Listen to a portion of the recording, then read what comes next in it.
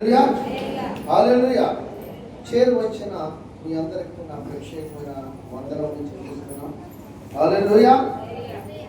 యెషయా గ్రంథము లేట్ చేయొద్దు, పరుగు చేయొద్దు. మొదటి అధ్యాయం, యెషయా గ్రంథము మొదటి అధ్యాయం 1 నుంచి 31 వచనం ఉంది. మరి 31 వచనం అయ్యే వరకు మీరు చూడవలసింది. ఎందుకంటే సమయానికి రావట్లేదు. మనకి సమయాన్ని గుర్తుపెట్టి ఎట్లా చాలా మంది పాటలు పాడి ఉన్నారు, ఇబ్బంది పడుతుంది. వచ్చే వారి నుంచి కళ చేయండి. ఓకే, చదవండి సార్. ఉజ్జియా యోతాము ఆహాజు హిజ్కియాను యూదా రాజుల దినములలో యూదాను గూర్చి యెరూషలేమును గూర్చి ఆమోజు కుమారుడకు యెషయాకు కలిగిన దర్శనం. యెహోవా మాట్లాడుచున్నాడు. వినాలి బాగా, చాలా విలువైన మాట. యెహోవా మాట్లాడుచున్నాడు. ఆకాశమా ఆలకించు, భూమి చెవియొగ్గు. నేను పిల్లలను పెంచి గొప్పవానిగా చేసింది. వారు నా మీద తిరగబడి ఉన్నారు. ఎత్తు తన కామందుని ఎరుగును, గాడిద సొంతమాని దొడ్డు తెలుసుకొను. ఇశ్రాయేలుకు తెలివి లేదు, నా జనులు యోచింపరు. పాపిష్టి జనమ, దోషభరితమైన ప్రజలారా, దుష్ట సంతానమా, చెరుపు చేయు పిల్లలారా, మీకు శ్రమ. వారు యెహోవాను విసర్జించి ఉన్నారు. ఇశ్రాయేలు యొక్క పరిశుద్ధ దేవుని దూషింతురు. ఆయనను విడిచి తొలగిపోయి ఉన్నారు. నిత్యము తిరుగుబాటు చేయించు. వీరు ఎలా ఇంకను కొట్టబడుతురు. ప్రతివాడు నడినెత్తి వ్యాధి కలిగి ఉన్నాడు. ప్రతివాని గుండె బలహీనమైన అరికాలం మొదలుకొని తల వరకు స్వస్థత కొంచెమైనను లేదు. ఎక్కడ చూసిన గాయములు, దెబ్బలు, పచ్చి పుండ్లు, అవి పిండబడలేదు, కట్టబడలేదు, తైలముతో మెత్తన చేయబడలేదు. హల్లెలూయా. దేవునికి స్తోత్రం కలుగును గాక. హల్లెలూయా. మనం ఎంతమంది దర్శనాలు చూస్తాం? నాకు ఈ దర్శనం వచ్చిందన్న ఎవరు ఉన్నారు? దర్శనము మీ జీవితంలో లేకపోతే ప్రార్థనలో బలహీనపడుతున్నారని అర్థం. దేవుని వాక్యానికి దూరం అవుతున్నారని అర్థం. ఖచ్చితంగా దర్శనం చూడాలంటే చూడాలి. దర్శనం రేపు నీ ప్రయాణం ఎక్కడికి? ఈ ప్రయాణ మార్పుడు వెళ్ళొచ్చా వెళ్ళకూడదా? రేపు నేను చేసుకున్న ఈ చిన్న వ్యాపారంలో నాకు జయం ఉందా లేదా? అది అభివృద్ధి ఉందా లేదా? నేను వెళుతున్న శుభకార్యంలో అది మాకు క్షేమమా కాదా? ప్రతిదీ పరిశుద్ధ గ్రంథంలో మీకు తేటగా నేను చూపిస్తాను. వాక్యము ఇందులో లేకుండా మీకు నేను చెప్పను. దేవునికి స్తోత్రం. న్యాయాధిపతితో కొంతమంది మేకా దగ్గరకు వచ్చి, అయ్యా మేము వెళుతున్న పని క్షేమమో కాదో యెహోవా యొద్ద విచారించు. హల్లెలూయా. యెహెజ్కేలు గ్రంథంలో యెహెజ్కేలు ప్రవక్తకు యూదా వారిని గురించి, యెరూషలేము వారి గురించి నువ్వు ప్రకటించిన దేవుడు చెప్పినప్పుడు యెహెజ్కేలు కలిగిన ప్రత్యక్షత అనగా దర్శనాన్ని చెబుతున్నప్పుడు ఇవన్నీ జరుగుతాయంటారా? ఇది నిజమేనా? ఇది సత్యమేనా? జరుగుతాయి, జరగవచ్చు కానీ అది ఎప్పుడో ఎవరికి తెలుసు. కానీ ప్రభువైన యెహోవా యెహెజ్కేలుతో చెప్పిన మాట ఏంటంటే, జాగు చేయక ఆలస్యము కాక అది తప్పగా నెరవేర్చబడును. హల్లెలూయా. నీలో ఉన్న అల్ప విశ్వాసాన్ని బట్టి, అవిశ్వాసాన్ని బట్టి నీ జీవితంలో ఈ కార్యం జరుగుతుంది అంతే. నమ్మితే ఆయన మహిమను చూస్తామంట. దేవుని మహిమ అనగా ఆయన ప్రత్యక్షత. యెషయాలు ఎంతమంది ఉన్నారు చెప్పండి? ఎంతమంది ఉన్నారు? ఈయన ప్రవక్త యెషయా, ఆమోజు కుమార్ యెషయా. ఇంకొక యెషయా ఉన్నాడు. ఆయన ఎవరో తెలుసా? దావీదు గారి తండ్రి. హల్లెలూయా, హల్లెలూయా. ఇప్పుడు మరియమ్మ గారు ఉన్నారు కదా, ప్రవక్త వంశంలో నుంచి వచ్చిందా? ఆమోజు కుమారుడు యెషయా వంశం నుంచి వచ్చిందా? దావీదు గారి తండ్రి యెషయాలో నుంచి వచ్చిందా మరియమ్మ? తెలుసుకోవాలి, ఖచ్చితంగా మనకి అవసరం. దావీదు గారి తండ్రి అంటే యెషయా యొద్ద నుంచి చిగురు పుట్టును. హల్లెలూయా. చిగురు ఆయన దగ్గర నుంచి పుట్టిందట. ఇది దేవుడే స్పష్టంగా చెప్తాడు ఈ యెషయా గ్రంథంలో. హల్లెలూయా, హల్లెలూయా. కాబట్టి నీవు ఎవరు చిగురై ఉన్నావు, ఎవరు మొద్దై ఉన్నావు అంటే నజరేయుడైన యేసుక్రీస్తులో నుంచి వచ్చినట్టు మొద్దై ఉన్నావు, ఆయన చిగురై ఉన్నావు. హల్లెలూయా. అహరోను కర్ర నిర్గమకాండంలో మీకు ఆ మాట చెప్పి ముందుకు వెళ్తాను, మీకు అర్థం కావాలని. అహరోను కర్ర అక్కడ ఉన్నట్టు ఐగుప్తుల్లో ఉన్నట్టు కొంతమంది అన్య ప్రవక్తల కర్ర తీసుకొని, కొంతమంది అక్కడ ఉన్నట్టు యెరూషలేములో యోధా వారిలో ఉన్నట్టు పెద్దల కర్రలు తీసుకొని మోషే ఈ కర్రలన్నీ పట్టుకెళ్ళి అహరోను కర్రతో సహా ప్రత్యక్ష గుడారంలో పెట్టినప్పుడు, ప్రార్థన చేసి బయటకు వచ్చినప్పుడు, తిరిగి మరలా మరచద్దం వెళ్ళినప్పుడు అక్కడ కర్రలన్నీ కూడా ఓడిపోయి వెళ్తాయి. ఒక అహరోను కర్ర మాత్రమే చూపిస్తాం. దేవునికి స్తోత్రం. హల్లెలూయా. అందుకే అహరోను ఏమన్నాడంటే, యాజక సమూహంలో అహరోను మోషే ఉన్నారు. దేవునికి స్తోత్రం.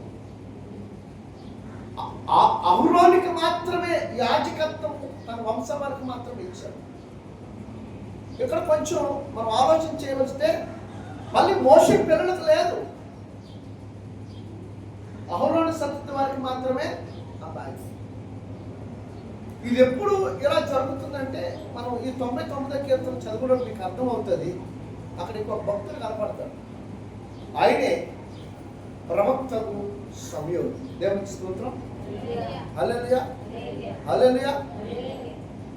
మీరు గమనించండి, ఆదికాండం మొదలుకొని ప్రకటన గ్రంథం వరకు ప్రార్థన చేసే వారిలో ఎవరైనా ఉన్నట్టు అది సమయంలో మాత్రం. హల్లెలూయా. 99వ కీర్తన చెప్తాడు, ప్రార్థన చేసే వారిలో సమయంలో వంటి వాడు ఎవడు లేడు. హల్లెలూయా. కనీసం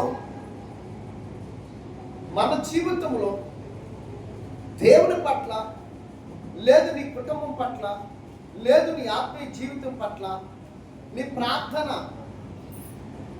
నీకెంతవరకు తోడ్పడదు, నీకెంత మట్టుకు సహాయపడదు, ఈ ప్రార్థన వల్ల నువ్వెంతవరకు ఫలిస్తున్నావు, ఈ ఫలింపు వలన నువ్వు ఎలాంటి అభివృద్ధిని అందుతున్నావు, ఈ ఫలింపు వల్ల నువ్వు ఏ రీతిగా దేవుని పట్ల కృతజ్ఞత కలిగి ఉన్నావు. ఇక్కడ యెషయా ప్రభుత్వంలో నుంచి మాట్లాడుతున్న ప్రతి మాట ఇదే. ఆయన అంటాడు, చూడండి ఎంత విలువైన మాట అంటే ఆ మాట. మనం చదువుతున్నాడు ఆ 2వ వచనం చెప్తున్నాడు, దేవుడే మాట్లాడుచున్నాడు. ఎంత ఒకసారి మనం ఆలోచన చేయాలి. ఆయన మాట్లాడుతున్నది యెషయా ప్రవక్తలో నుంచి కాదు మాట్లాడింది, యెషయాకు కలిగిన దర్శనం. అది దర్శనములో దేవుడే మాట్లాడుతున్నాడు. మరి దేవుడు మనుషుల నుంచి ఎలా మాట్లాడుతాడో చూశాక ముందుకు వెళ్తాను. 2వ సమూయేలు గ్రంథం 23వ అధ్యాయం త్వరగా, ఆ తర్వాత ఇందులోకి వస్తాం. చూడండి 1 నుంచి 2-3 దావీదు రచించిన ఏం మాట్లాడే చివరి మాటలు ఇవే. యెషయా కుమారుడకు దావీదు పలికిన దైవోక్తి ఇదే. యాకోబు దేవుని చేత అభిషిక్తుడై ఆధిపత్యము నొందిన వాడు ఇశ్రాయేలు యొక్క స్తోత్ర గీతములను మధురగానము చేసిన గాయకులు దావీదు పలికిన దేవోక్తి ఇదే. యెహోవా ఆత్మ ఎవరి ద్వారా పలికాడట? మనం మాట్లాడే విషయాలు కాదు అవి. 2వ సమూయేలు గ్రంథంలో 23వ అధ్యాయంలో దేవుడు దావీదు మీద దేవుని ఆత్మ దిగి వచ్చి దావీదు ద్వారా పలుకుతున్నాడు మనందరితో. దేవునికి స్తోత్రం. చదవమది ఆ మాట. ఆయన వాక్కు నా నోట ఉన్నది, ఆయన వాక్కు నా నోట ఉండదు. ఇశ్రాయేలుల దేవుడు సెలవిచ్చుచున్నాడు. ఇశ్రాయేలుల దేవుడు సెలవిచ్చుచున్నాడు. ఇశ్రాయేలీయులకు ఆశ్రయదుర్గమగు వాడు నా ద్వారా మాట్లాడుచున్నాడు. ఆమేన్. హల్లెలూయా. దావీదు ద్వారా దేవుడు మాట్లాడు విధానం వేరు, దేవుడే స్వయంగా మాట్లాడటము వేరు. మనం కొంచెం నేను చాలా సందర్భాల్లో చెప్పిన ఆ వచనాన్ని మరలా జ్ఞాపకం చేసి చేస్తాను. హెబ్రీయులకు రాసిన పత్రికలో మొదటి అధ్యాయంలో 1, 2, 3 వచనాల్లో కూడా 2, 3 వచనాల్లో కూడా చాలా స్పష్టంగా దేవుడు మాట్లాడుతాడు. అది చూడు. పూర్వకాలం నానా సమయములలో బాగా వినండి. నానా సమయాల్లో నానా విధములుగా ప్రవక్తల ద్వారా మన పితరులతో మాట్లాడిన దేవుడు ఈ దినము అంతమంది ఎవరి ద్వారా మాట్లాడుతున్నాడు? కుమారుడు అంటే ఎవరు చెప్పాలి. కుమారుడు అంటే ఎవరు? గట్టిగా చెప్పండి. కుమారుడు అంటే ఎవరు చెప్పండి అమ్మ. తెలీదా కుమారుడు ఎవరు? కుమారుడు ఎవరు కూడా తెలీదా? ఒకసారి కీర్తన చేయండి. మొదటి కీర్తన 2వ అధ్యాయం చూడండి. కీర్తన 2వ అధ్యాయం చదవండి ఒకసారి. కిందని కుమారుని ముద్దు పెట్టుకోండి. ఒకవేళ ఆయన కుమారుని ముద్దు పెట్టుకుని కోపగించిన యెహోవా అట్లా ఏమన్నా చూడండి ఒకసారి. 2వ కీర్తన ఏమని చర్చించలేదు. ఆయన కోపము త్వరగా రగులుకొనును, కుమారుని ముద్దు పెట్టుకొనుడి. హల్లెలూయా. 12వ వచనంలో రాయబడింది. ఆయన కోపం ఎవరిది? తండ్రి అయిన దేవుడిది. కుమారుడు ఎవరు ఇప్పటికీ మీకు తెలియలేదు. రక్షణ అయితే పొందాం. తన కుమారుడు ఎవరు? యేసుక్రీస్తు ప్రభువారు. ఆ క్రీస్తు యేసు నామములో రక్షణ పొందాం. ఆయన్నే మనం మర్చిపోయాం. ఆ కుమారుడే ఎవరో తెలియనట్టు చూస్తాం. ఆయన నీ కొరకు రక్తం కాల్చాడు. ఆయన నీ కొరకు ప్రాణం పెట్టాడు. నువ్వు ఎలా ఉంటావో చూపించడానికి ఆయన ఈ లోకానికి దిగి వచ్చాడు. దేవునికి స్తోత్రం. ఎలా ఉన్నామంటే ఈ భూమి మీద ఉన్న చతుర్పాతి జంతువుల వల్ల మనం లేవు. సృష్టికర్తకు దేవుడు ఎలా ఉన్నాడో ఇదిగో నేనే ఈ భూమి మీదకి మీ రూపంలో అంటే నా రూపంలో మిమ్మల్ని ఎలా చెప్పుకున్నాను అలాగ నా కుమారుని పంపించారు. ఆయన యందు విశ్వాసం ఇచ్చేవాడు నా యందును నిలిచి ఉంటాడు. హల్లెలూయా. హల్లెలూయా. హల్లెలూయా. ఆయన యందు విశ్వాసం ఉంచితే నా యందు మీరు నిలిచి ఉంటారు. దేవునికి స్తోత్రం. హల్లెలూయా. మరి ఆ కుమారుడు ఎవరో మనకు తెలియదంటే మరి ఆయన కోపం రాదు. ఇక్కడ అదే చెప్పారు. ఆయనే కాదు ఆయన కుమారుడు మనము కూడా. ఆయన ఏమంటున్నాడు చూడండి యెషయా గ్రంథంలో, ఆకాశమా ఆలకించు, భూమి తర్వాత హల్లెలూయా నేను పిల్లలను పెంచి గొప్పవారిగా. హల్లెలూయా. మరి మనం ఏం చేస్తున్నాం? వాళ్ళు ఏం చేశారట? అక్కడ ఏం చేశారట? మనం యేసుప్రభు ఎవరో తెలియదమ్మా. తిరగబడడానికి యేసుప్రభు ఎవరో తెలియదని చెప్తాం. తేడా ఉందా? తేడా ఉందా? వాక్యం పట్ల భయం ఉండాలి. దేవుని పట్ల భయం ఉండాలి. ఈరోజు ఏం చెప్తున్నాడు సేవకుడు దైవజనులు? వచ్చే ఆదివారం మళ్ళా గత ఆదివారం ఏం చెప్పని అడుగుతాడేమని ఇంటికి వెళ్ళి ఈ వాక్యాన్ని నెవరు వేయాలి. దేవునికి స్తోత్రం. ఇది నెవరు వేయటం వల్ల వచ్చే లాభం ఏంటంటే ఈ ఆదివారం మొదలుకొని వచ్చే ఆదివారం వరకు నీ కుటుంబానికి నీకు నీ పిల్లలకు ఎంతో క్షేమం, ఎంతో నెమ్మది, ఎంతో ఆదరణ, ఆశీర్వాదం, లాభదాయకం, మేలులు. నువ్వు ఎక్కడికంటే వెళ్ళు అవి నిన్ను విడిచి సామెతల గ్రంథంలో చెప్తాడు. నువ్వు పడక మీద ఉన్నప్పుడట నీతో ముచ్చటిస్తుందట. ఆ టైంలో పడను. నువ్వు పడకల మీద పరుండగా నీతో ముచ్చటిస్తే ఆ ముచ్చట ఎలా ఉంటుందంటే క్రొవ్వుని మెదడు దొరికినట్లుగా ఉంటుందట. ఇటు దావీదు చెప్తున్నాడు, అటు తన కుమారుడు సొలొమోను కూడా చెప్తున్నాడు. నేను పిల్లలైతే కన్నాను, వాళ్ళు పెంచడము చాలా గొప్పగానే పెంచాను. కానీ వారు దారి తొలగి ఏం చేశారట? ఆయన మీదే తిరుగుబాటు చేశారు. చేశారా లేదా? చేశారా లేదా? చెప్పండి. ఎక్కడ రాయబడి చేశారా లేదా? 22వ కీర్తన చేశారా లేదా? ఒకసారి చూడండి ఏం చేశారు వాళ్ళు. ఏం చేశారో చూద్దాం. చూసిన ముందుకు వెళ్తాం. త్వర మరి అలాంటి పనులు చేశారు? ఏ విధంగా తిరగబడ్డారు? ఎలాగ ఆయన అవమానించారు? ఎలాగ ఆయన దూషించారు? ఎలా ఏలన చేశారు? స్పష్టంగా ఆయన అక్కడ మాట్లాడుతూ ఉంటాడు. దేవుడికి స్తోత్రం. అది చూడండి, ఇది 14వ వచనం చూడండి. నేను నీళ్ళ వలె పారబోయబడి ఉన్నాను, నా ఎముకలన్నీ స్థానం తప్పి ఉన్నవి, నా హృదయము నా అంతరంగము మైనం వలె కడుగుచున్నది, నా బలం ఎండిపోయి చిల్లపట్టుకోలే అయిను.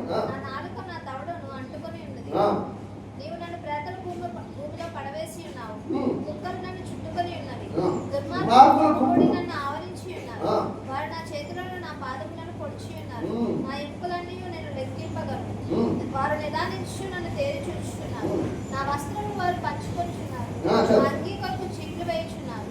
యెహోవా దూరముగా నుండుము. నా బలమా త్వరపడి నాకు సహాయం చేయి. ఆమేన్. హల్లెలూయా. మనము ఆయనకి సిలువ వేసినప్పుడు ఎవరు వేస్తారు సిలువ అంటే? యూదులే. ఎవరినైతే ఆయన ప్రేమించాడో, ఎవరి కొరకైతే రక్తం కాల్చాడో, ఎవరికి రక్షణ ఇవ్వాలనుకున్నాడో, ఎవరినైతే తీసుకెళ్ళి ఆయన కుడిపార్శ్వను ఉంచాలనుకున్నాడో వాళ్ళు ఏం చేశారట? తను అవమానపరిచారు, తన వస్త్రాలు చించేసి చీట్లేశారు, తన్ని గుంపులు కూడి సాలు కొలుతున్నట్లుగా తన వీపు మీద కొరడాలతో కొట్టి ఆయన లాగారు. పిడుగు గుద్దులు గుద్దారు. ముందు నుంచి కొంతమంది నవ్వారు, మొక్కం మీద ముగ్గు వేశారు, వెనక నుంచి తన్నారు. పడరాని పాటలు ఎవరి కోసం పడ్డాడంటే ఆయన నీ కోసం. దేనికో తెలుసా? మనం అంటాం కదా, దీనికి ఎంతో మేలు చేశానండి, కృతజ్ఞత లేదు. నా దగ్గర తిని అందరూ కోసేస్తే చేర్చుకొని నా దగ్గర తిని నా దగ్గర ఉండి నన్ను ఒక కోటి పొడిసి వెళ్ళిపోయాను. ఈరోజు మనం చేస్తుంటారు. దేవుని స్తోత్రం. తండ్రి అయిన దేవుని పట్ల మనం కలుగున్న కృతజ్ఞత ఇదే. తను ఏ జనాంగం అయితే నా స్వకీయులు అనుకున్నాడో, ఏ ప్రజలైతే నా జనాంగం అనుకున్నాడో, ఎవరైతే నా బిడ్డలు అనుకున్నాడో, ఎవరైతే నా కుమార్తెలు అనుకున్నాడో, ఆ కుమార్తెలే ఏం చేశారట?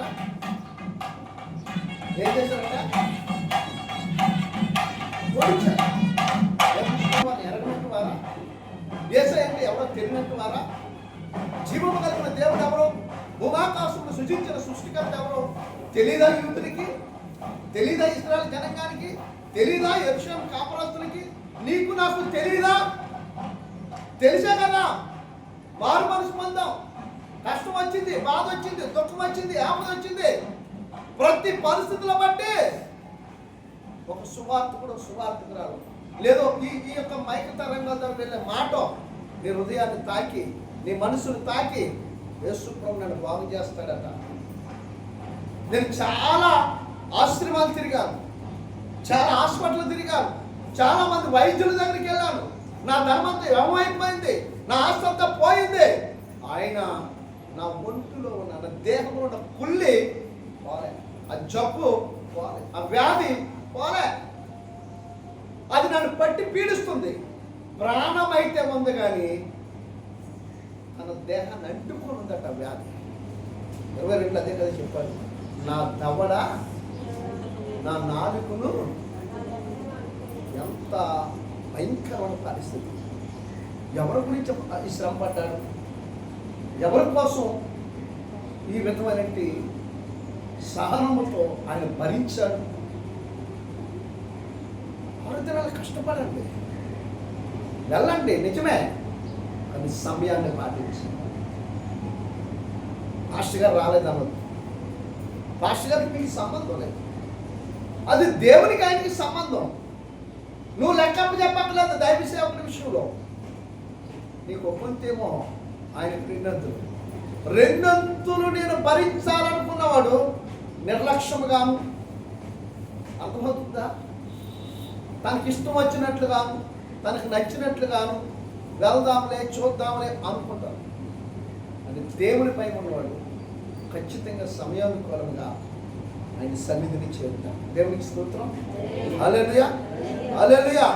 ఒక టైము క్రమానికి దేవుడైన, దేనికి దేవుడు?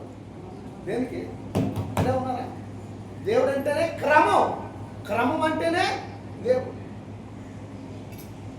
ఈ క్రమములో నిన్ను పెంచినప్పుడు, ఈ క్రమముగా దేవుడు నిన్ను చూస్తున్నప్పుడు మనం ఏం చేసామంట? ఆయన మీద నువ్వు నన్ను క్రమానికి రమ్మంటావా? నేను సమయానికి రాకపోతే ఏంటి, నా పనులన్నీ మానుకోమంటావా? నీ పనులన్నీ చేసుకోవడం కోసం 6 దినాలు నీకు ఇచ్చాడు. 7వ దినం ఏమన్నాడు? అది నా విశ్రాంతి దినము, అది నా పునరుద్ధాన దినము. మీరు నా యొద్దకు వచ్చి నా సన్నిధిని, నేను చేసిన పరోపకారాల బట్టి, నేను ఇచ్చినట్టు కృపను బట్టి నా తండ్రి ఎడల నా యందు మీరు కృతజ్ఞతలై ఉండండి అని చెప్పాను. 2వ దినవృత్తాంతాల గ్రంథం 20వ అధ్యాయం 20వ వచనం ఒకసారి చూడండి. ఏం చేశారు? త్వరగా. అంతటా వారు ఉదయమునే లేచి తెకోవ అరణ్యమునకు పోయిరి. వారు పోవచ్చుండగా ఎవరండి ఆయన? యెహోషాపాతు అనే రాజు నిలబడి, యూదావారులారా, యెరూషలేము కాపలస్తులారా, ఎవరి మాట? నా మాట వినుడి. ఎవరంటైనా ఆయన ఎంతో చక్కగా మాట్లాడాడు. మీ దేవుడని యెహోవాను నమ్ముకొని అప్పుడు మీరు స్థిరపరచబడుదురు. ఆయన ప్రవక్తలను నమ్ముకొని అప్పుడు మీరు కృతజ్ఞతలై ముందురని చెప్పారు. హల్లెలూయా. దేవుడిని నమ్ముకుంటే ఆయన మమ్మల్ని స్థిరపరుస్తాడు. వారి ప్రవక్తలు మీ పక్షముగా దైవజనులు విజ్ఞాపన చేస్తారు, మొరపెడతారు, అంగలారుతారు. ధూపు నైవేద్యంలో తండ్రిలో నీ కొరకు అంగలారుతారు కనుక వారి యందు మీరు కృతజ్ఞులై ఉండాలి. మరి యేసుప్రభు చేసిన పని ఏంటి? యేసుప్రభు అదే చేశాడు అదే. ఎన్ని వేల సార్లు మీ కొరకు ప్రార్థన చేస్తుంటాడు ఆయన. ఎన్ని వేల సార్లు ఆయన మీకోసం తండ్రి దగ్గర విజ్ఞాపన చేస్తుంటాడు. ఎలా చేసుకుంటాడు? ఆయన చేసే ప్రార్థన అనేది తెలుసా? రక్తము కారినంతగా, చెమట రక్తంగా మారినంతగా చేశాడట గెచ్చమైన తోట. హల్లెలూయా. మరి కృతజ్ఞత ఉందా మనకంటే? ఉంది కాబట్టేనండి మేము రక్షణ పొందాం. రక్షణ అనేది ఎవరికి? నీకు మేలు. ఐదుగా దేవునికి స్తోత్రం. నువ్వు ఏదైనా ఒక మేలు చేసినట్టు నువ్వు కృతజ్ఞత కలిగి ఉండు. అది క్రమం పాటించు, సమయం పాటించు. ఆయన నియమించిన నియమాన్ని తూచా తప్పకుండా నువ్వు ఆచరించు. అప్పుడు నువ్వు ఆయన పట్ల కృతజ్ఞత కలిగి ఉన్నావా? దేవునికి స్తోత్రం. ఒక వ్యక్తి పాపం పోయటము ఆసమాసాని పని కాదని, ఒక వ్యక్తి పాప భారాన్ని తీయటము అది సులువుగా తీయలేమండి. హల్లెలూయా. దాని కొరకు కొంత మూలం చెల్లించాలి, కొంత సమయాన్ని హెచ్చించాలి. దాన్ని తీయాలంటే చాలా పరిశుద్ధత కలిగి ఉండాలి, ఆత్మపూర్ణత కలిగి ఉండాలి, వాక్యము కలిగి ఉండాలి, ప్రార్థన కలిగి ఉండాలి.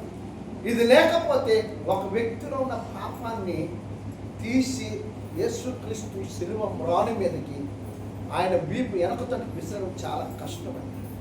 హల్లెలూయా, హల్లెలూయా, హల్లెలూయా. నేను విశాఖపట్నంలో వాళ్ళు చెట్టు మధ్య రమణని వాళ్ళు రామకృష్ణ థియేటర్ దగ్గర వాళ్ళు ఉండేది. అక్కడ బాగా విగ్రహారాధన చేసేవాడే. వాళ్ళ పాపతో ఎవరికో చాలా భయంకరమైన పరిస్థితి వస్తే నేను అప్పుడు ఇంకా సువార్త చేస్తున్నాను, సేవకుడు కాదు. సరే నేను ఏదో పని మీద వెళ్ళిపోతున్నాను. అక్కడ కొంతమంది సహోదరులు ఉంటే వాళ్ళు ప్రార్థన చేస్తే నేను అక్కడికి వెళ్తుంటే ఈయన కూడా బ్రదర్ కూడా ప్రార్థన చేస్తారు, పాస్టర్ గారు కాదు కానీ నేను ప్రార్థన చేస్తారంటే సరే నాకేమో కొత్త. సరే ఏదేమైనా సరే దైవ చిత్తమేమో అని చెప్పి వాళ్ళు పిలవగానే వెళ్ళాను.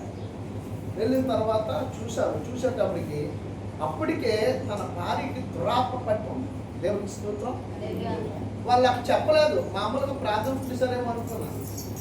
నేను చూస్తే నాకు కొత్త సువార్తలో సాగుతున్నాను. బాప్టిజం పొందాను కానీ సువార్త చేస్తున్నాను. అక్కడికి వెళ్ళేటప్పుడు అమ్మ అంటుంది, నువ్వు వస్తావు నాకు తెలుసా. దేవునికి స్తోత్రం. దానికి ముందే ఒక మంచి దైవజనుడు వెళ్ళాడు. వెళ్తే అతను కొట్టింది అమ్మాయి. మీకు అర్థమవుతుందండి. మంచి దైవజనుడు. ఆయన ఎలాంటి దైవజనుడు అంటే నీకు నీ ఇంట్లో పరిస్థితి బాగలేకపోతే ఆయనకి తెలిస్తే ఇంటికి వచ్చి నేను పరామర్శించి ఆయన మీ దగ్గర ఉన్న గుట్టుని తీసుకోవడానికి అమ్మ ఏముండో నాకు కొంచెం పెట్టండి అడిగి మనసు. మనం పెట్టలేని పరిస్థితిలో నేను మామూలుగా అడిగిన తల్లి ఏమనుకోవద్దు, మనం మంచి నీళ్ళు తాగి ఆయన దగ్గర ఉన్న జోబులో తీసుకొని ఇచ్చేసి వెళ్ళిపోయే మనిషి. అంత గొప్ప మనిషి. అంత మాత్రాన్న ఆయన దైవ సేవకుడు ఆమె తిరిగి కొట్టిందని ఆయన దైవ సేవకుడు కాదు అని ఇచ్చాను. మంచి సేవ దేవుని స్తోత్రం. హల్లెలూయా. ఎందుకు ఈ మాట చెప్తున్నానంటే మనలో 2 కొరింథీయులకు రాసిన పత్రిక 3వ అధ్యాయం చదవండి. మోషే మొక్క మీద మహిమ తగ్గిపోవచ్చున్నప్పుడట ఇశ్రాయేలు ప్రజలు తేరు చూడలేకపోయారు. మీకు అర్థమైందండి? నేను చెప్పింది ఏమైనా అర్థమైందా? మోషే ముఖమును తగ్గిపోవచ్చున్న మహిమను చూసాక ఇశ్రాయేలు ప్రజలు తేరు చూడలేక వారి ముఖాల మీద ముసుకేసుకున్నారు. మనలో ఉన్న ఆత్మశక్తి తగ్గుతున్నప్పుడు శత్రువు మన మీద అటాక్ చేస్తారు. దేవుని స్తోత్రం. మేము కొత్త కదా బైబిల్ చదవడం, ప్రార్థన చేయడం, కొండలు ఎక్కడం, కొండల మీదకి వెళ్ళి ప్రార్థన చేయడం, వ్యక్తిగతంగా ప్రార్థన చేయడం చేస్తున్నాం. కొంతమంది ఎవరు అందరం కలిసి ఎవరు బట్టి కాలే, కానీ వెళ్తే అందరం గుంపుకి వెళ్ళిపోవడం, ఒక స్థలం ఇచ్చుకోండి. మా చుట్టూ దెయ్యాలు తిరుగుతుండే ప్రార్థన చేస్తున్నాం. ఒకరికి చెప్పడం, బ్రదర్ నీకు వినిపించిందా, నీ సౌండ్ వచ్చింది. నేను ఎందుకు చెప్పమని కాదంటే వాడు భయపడతాడు, ఆడేందుకు చెప్పాడు కదంటే నేను భయపడతాను. ఇలా ఉండేది. అక్కడికి వెళ్ళిన తర్వాత ప్రార్థన చేసినట్టు అమ్మాయి కింద పడ్డది ఒకేసారి. దేవునికి స్తోత్రం. వాళ్ళు ఆ కార్యాన్ని చూసి వాళ్ళ ఇంట్లో ఉన్న ప్రతీది తీసేసి నేను బాప్తీసం పొందుతామని చెప్పి అక్కడ ఉన్న పాస్టర్ గారు బాప్తీసం పొందారు. పొందిన కొంతకాలానికి మళ్ళీ తిరిగి మళ్ళీ లోపల కలిసిపోయారు. దేవునికి స్తోత్రం. ఇప్పుడు ఎవరు పరిచినట్టు యేసు ప్రభు, ఇప్పుడు ఎవరు యేసు ప్రభు ద్రోహులై నిలిచినట్టు? నీకున్న పరిస్థితి, నీ గతి, నీకున్న దరిద్రత, నీ బ్రతుకులో ఏర్పాటు చేస్తుంది ఆ పీడత దేవుడు తీసేశాడు. కొంతకాలం గడిచాడు, నీ పరిస్థితి బాగుంది, మరలా లోకంలోకి కృతజ్ఞత లేదు. ఆ తర్వాత తెలిసింది, అప్పటికే మేము చాలా ప్రాంతాలు మేము దాటి వచ్చేసాం. హల్లెలూయా, హల్లెలూయా. దేవుని పట్ల ఎప్పుడు కూడా ఆయన విధేయులే ఉండాలి. ఎప్పుడు విధేయత చూపించాలి. ఆయన చెప్పిందే చేయాలి. మనం లూకా సువార్తలో మరియమ్మ గారు తెలుసు కదా మీ అందరికీ, కానాను వివాహంలో వస్తుందా? వచ్చినప్పుడు ప్రభువారు అంటారు, ఆ పెండ్ల విందులో ఆ పెండ్ల యొక్క యజమానుడు మరియమ్మ గారికి చెప్తాడు, అక్కడ ద్రాక్షరక్షం అయిపోతుంది. చెప్పినప్పుడు నా సమయం ఇంకా రాలేదు కదమ్మా అంటాడు మరియమ్మ. కొన్ని ఆ రాతి పాలు తీసుకోరమ్మని చెప్తాడు, తీసుకొస్తాడు. ఆ సమయం వచ్చింది, దాన్ని నీళ్ళు నింపండి అంటే ఎందుకు అని అడుగుతారు. ఎందుకు నువ్వు అడవద్దు మరేమంటుంది, ఆయన మీతో చెప్పింది ఇది నీకు యుక్తం అంతే. ఏంటండి ఇది మీకు యుక్తం. యేసుని వెంటనే 6 రాత్రి పానంలో నుంచి రాతి పానంలో పొంగు పొందిందండి ద్రాక్షరసం. హల్లెలూయా. అక్కడ ఆ పెండు విందుకు వచ్చిన వాళ్ళు అందరూ అంటున్నారు, అందరూ ముందు జబ్బులు పోస్తారు, నీవైతే మధురమైంది, శ్రేష్టమైంది. ఎక్కడి నుంచి వచ్చింది మధురమైంది? ఎవరు తీసుకొచ్చారు? యజమానుడా? ఆ పెండ్లి యజమానుడా? పెండు కుమారుడి తండ్రా? పెండు కుమార్తె యొక్క తల్లిదండ్రులా? లేదా బంధువులా? నజరేయుడైన యేసు నీ కొరకు నా కొరకు నీ జీవితాన్ని, నా జీవితాన్ని, నీ బాణ దేహం అనే కొండ, దేహం అనే బాణను మధురముగా మార్చడానికి నేను తన వాక్యమును పంపి ఆయన ఇష్టడుగా మార్చుకున్నాను. దేవునికి స్తోత్రం. ఆయన రక్తం వచ్చేట కడిగి ఎన్ని అవమానాలు పరిచినా, ఎన్ని దెబ్బలు కొట్టినా, ఎంత విధముగా ఆయన అపాసించినా ఆయన తుణికిరించలేదు. దేవునికి స్తోత్రం. ఆయన న్యాయం చేయలేదు. నువ్వు విశ్వసించి ఆయన పట్ల ప్రేమ కలిగి నడుచుకుంటా. ఆయన అంటాడు ఒక మాట ఉంది యెషయా గ్రంథంలో చూడండి, ఆ మొదటి అధ్యాయంలో చాలా చక్కని మాట ఉంటుంది. 19వ వచనం. చదవండి. మీరు సమ్మతించిన మాట విని మీరు సమ్మతించిన మాట విని ఎడల మీరు భూమి యొక్క మంచి పదార్థములను అనుభవించుదురు. ఏం పొందుతారట? భూమి యొక్క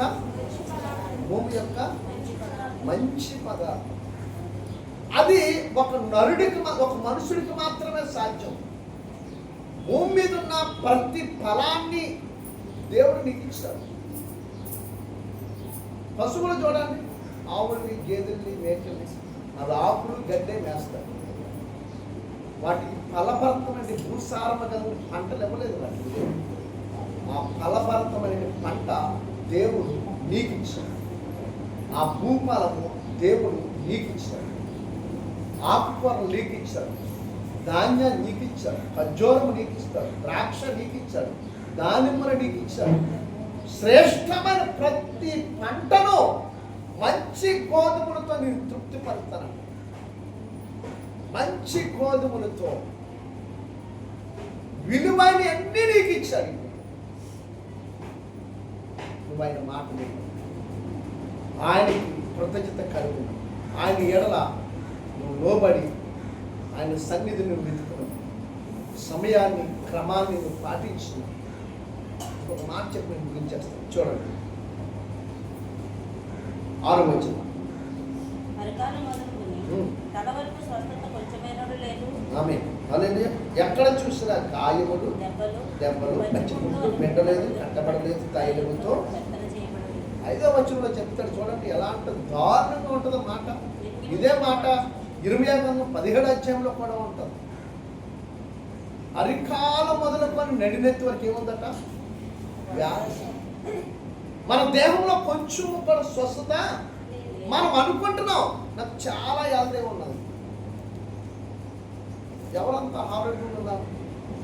ప్రతి మనిషిలో ఏదో ఒక రోగం ఉంది. ప్రతి మనిషి ఇప్పుడు గ్యాస్ ఉంది, ఉందా? ఉందే.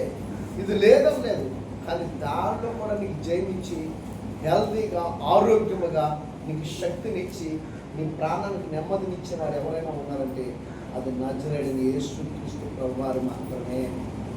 నువ్వు ఎన్ని మందులు వాడు, ఎంతమంది డాక్టర్ల దగ్గరికి వెళ్ళు, ఎంతమంది వైద్యుల దగ్గరికి వెళ్ళు, కానీ చివరికి నీవు యేసయ్య దగ్గర మాత్రమే పరిపూర్ణ స్వస్థత పొందగలిగి ప్రభు.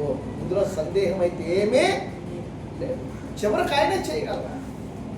ఎందుకు చేయాలి అంటే ఆయన స్వరూపమై ఉన్నావు, ఆయన పోలిక ఉన్నావు. ఆయనలో ఏ రోగము లేదు, ఏ అపవిత్రత లేదు, ఏ పాపము లేదు, ఏ దోషము లేదు, ఏ కపటము లేదు. పరిచయులు, శాస్త్రులు, సద్దుకాయలు ఆయన మీద రకరకాల నిందలు వేసి ఆయన్ని పట్టుకోవాలని చూశారు. వాళ్ళకి సాధ్యపడిందా? సాధ్యం కాని పనులు ఎవరికి సాధ్యం కాదు. ఏది చేయాలైనా అది నజరేయుడైన యేసు మాత్రమే చేయాలి.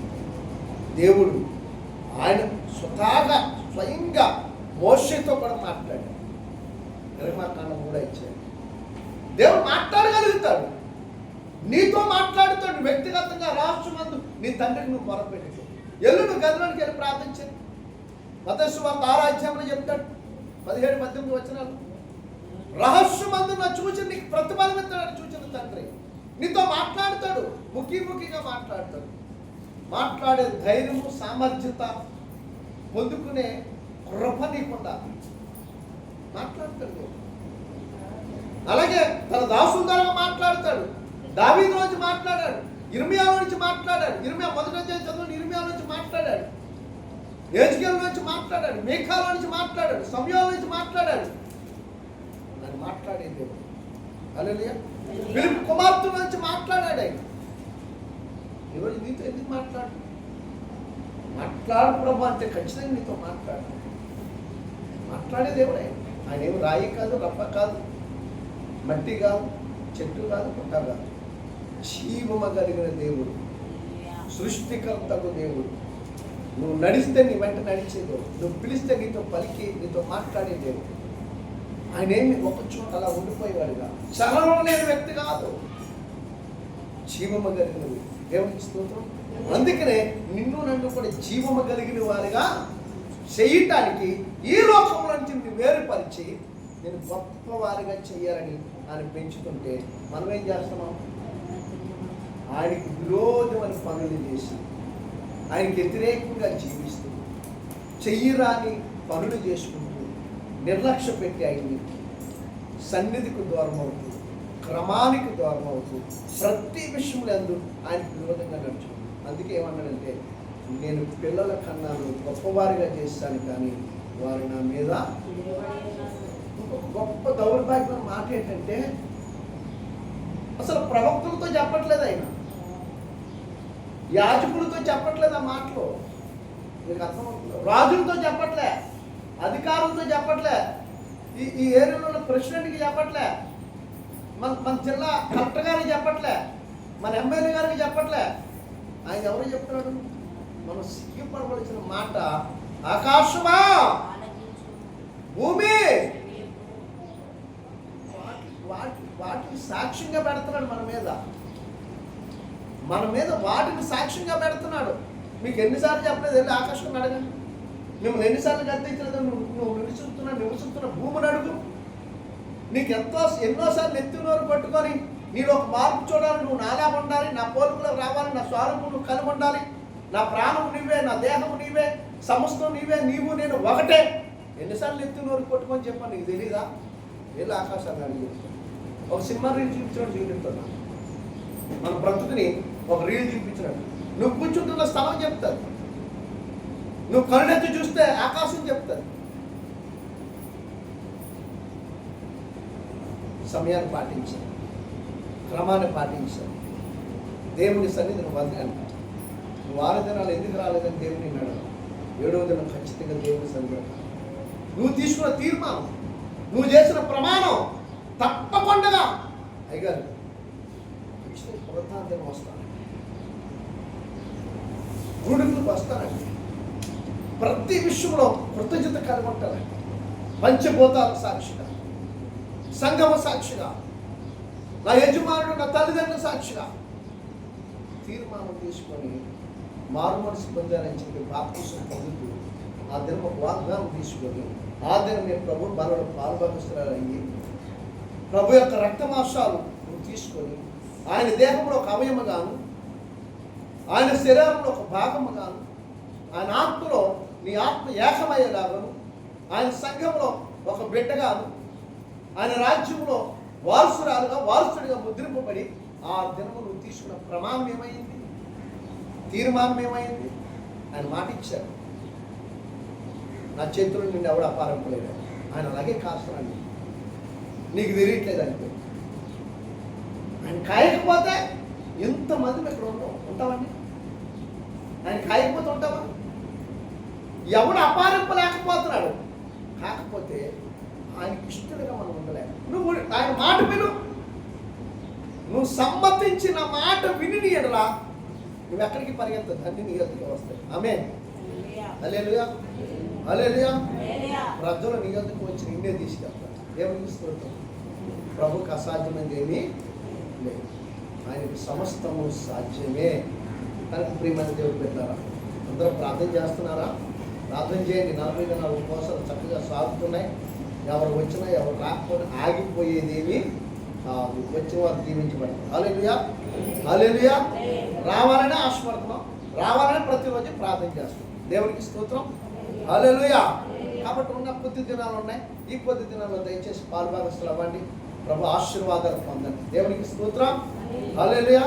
ఉపవాసం ఉంటే ఏదో అయిపోతుంది అనుకోకండి. ఈ రోజుకి ఇంచుమించు 24 రోజులు అవుతుంది, ఏమైపోలేదు. ప్రభు నీలో ఉంటాడు. దేవునికి స్తోత్రం. మనలో ఉంటాడు. నిత్యము దేవుడు నీలో నాలో ఉండును గాక.